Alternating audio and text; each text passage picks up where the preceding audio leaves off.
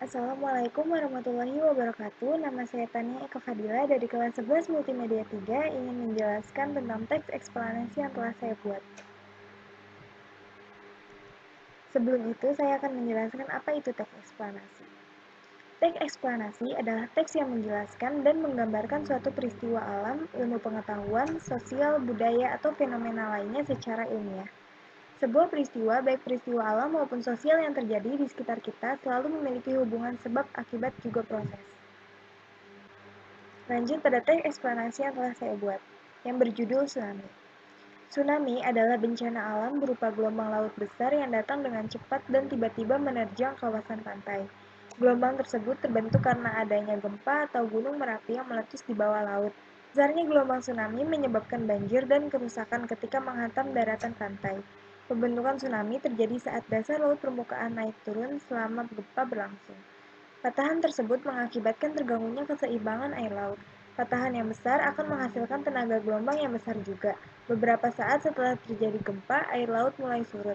Setelah surut, air laut kembali naik ke arah daratan dalam bentuk gelombang yang besar. Selain itu, pembentukan tsunami juga disebabkan oleh letusan Gunung Merapi di dasar lautan.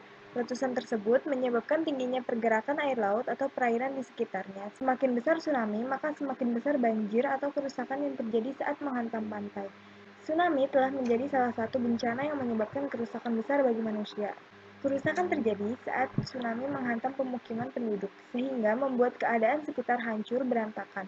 Oleh sebab itu, kita harus selalu waspada dan mempersiapkan diri menghadapi bencana ini. Namun, tidak perlu khawatir, karena tidak semua tsunami membentuk gelombang yang besar. Selain itu, tidak semua letusan gunung Merapi atau gempa yang terjadi dapat menyebabkan tsunami. Jadi teks yang saya buat menggunakan struktur deretan penjelas sebab akibat atau kausalitas. Karena di sini saya menjelaskan tentang sebab akibat dari terjadinya tsunami. Baik, lanjut pada struktur teks eksplanasi yang telah saya buat. Yang pertama yaitu judul, yang kedua yaitu gambar fenomena, yang ketiga pernyataan umum, yang keempat urutan sebab akibat, dan yang terakhir interpretasi atau kesimpulan teks. Baik, itu saja yang dapat saya sampaikan. Terima kasih. Mohon maaf bila ada salah kata atau kekurangan. Wassalamualaikum warahmatullahi wabarakatuh.